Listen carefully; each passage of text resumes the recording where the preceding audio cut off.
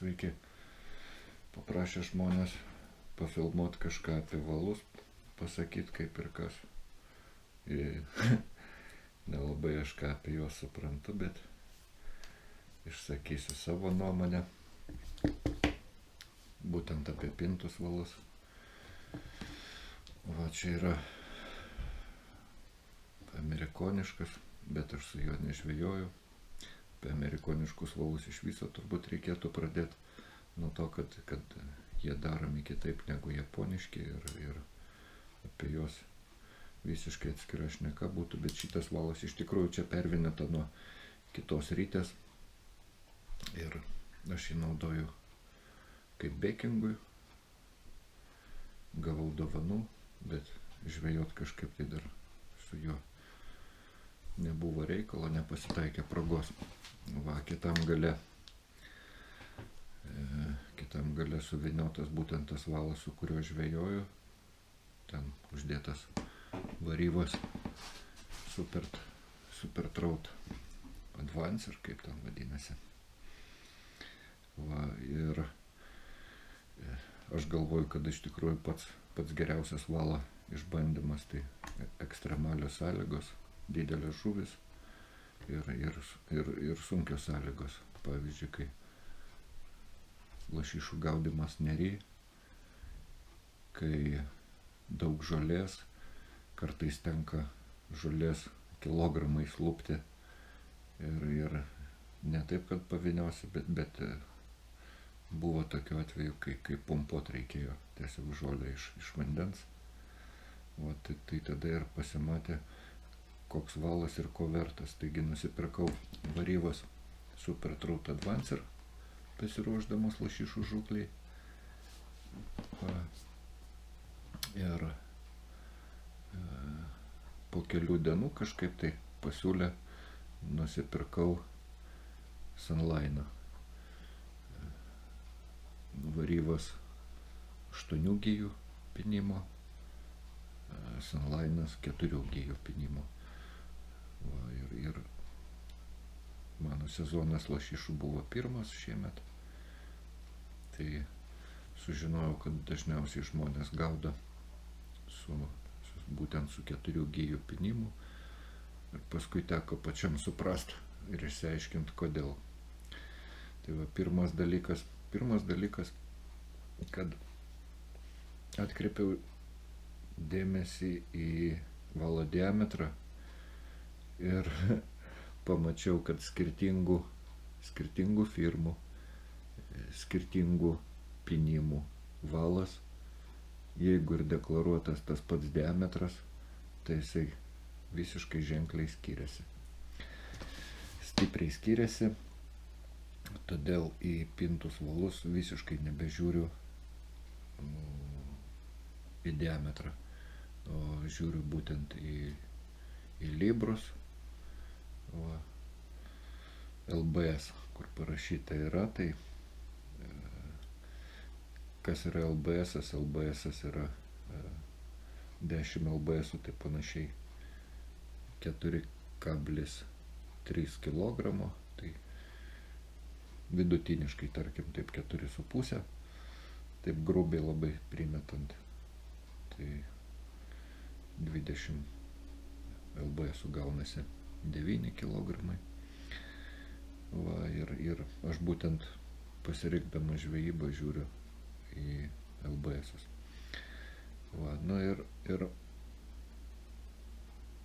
ką palygint, va, čia varivas buvo suviniotas, va čia yra mano minėtas Sunline'as. Tai palyginus jie yra vienodo LBS, ne? Vienodo svorio laikymo, bet pačiupinėjus varivas ir va šitą 4 gijų Sunline'ą yra didelis skirtumas. Atrodo, kad tas varivas valas kaip iš kitos planetos. Jo toks glotnumas, toks minkštumas, toks slidus. Va, ir žvejojant savaime aišku, kad su varivas užmetinėjau nu gal net 10 metrų toliau. O, tai va, jeigu reikia, jeigu labai svarbus žvejybai yra užmetimo tolis, tai va, tas yra vienas iš lemiamų veiksnių. Tačiau,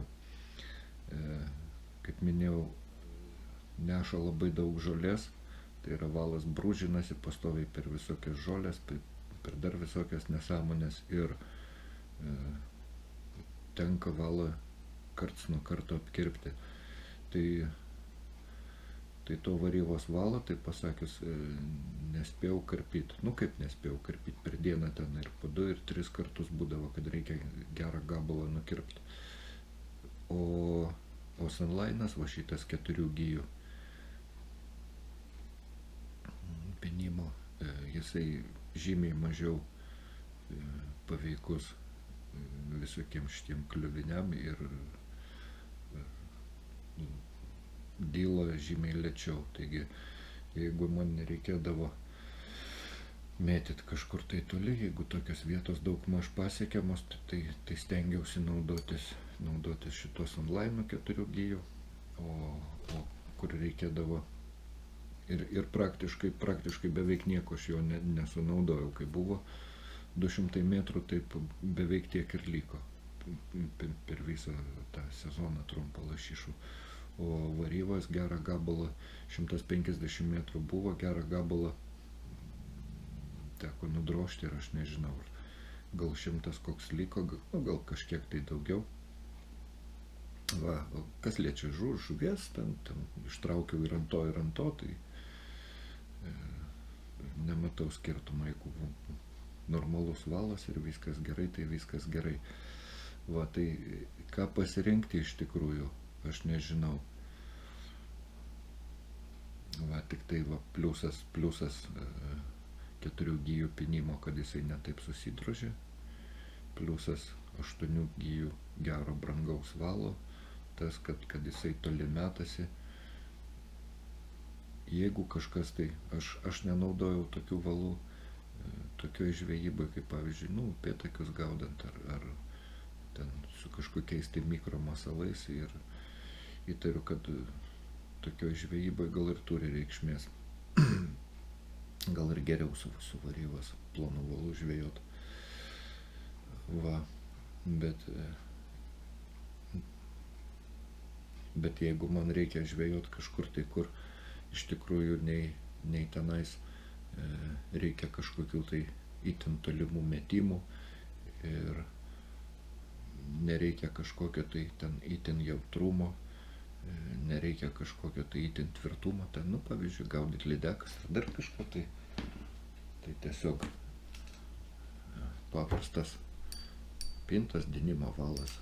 Ir viso to privalumas, tai yra jo kaina. Pavyzdžiui, palyginus su varyvas, tai jisai gaunasi 5 kartus pigesnis principe. Ir žvejoju aš su juo, ir vargo nematau, ir gaudau lydekas, ir ešerius, ir upėtakiam turiu, ten gaudau su paprastu dynimo valu, nematau vargo savo. Va, savaime aišku, žmonės su laiku pradeda ieškoti elegancijos žvejybai. Ir aš puikiai suprantu, kad su geru valu, su gerom rytėm ir su lengvais pinigais yra daug fainiau gaudyti. Ir ta elegancija duoda malonumą, dėl to žmonės ir žvejoja turbūt, tai anksčiau ar vėliau, jeigu galimybės leidžia, visi pereinam prie brangesnių ir prie geresnių dalykų. Bet jeigu galimybių nėra, tai kodėlgi ne, paprastas dynimą imi, droži savo ir vargo nematai. Va.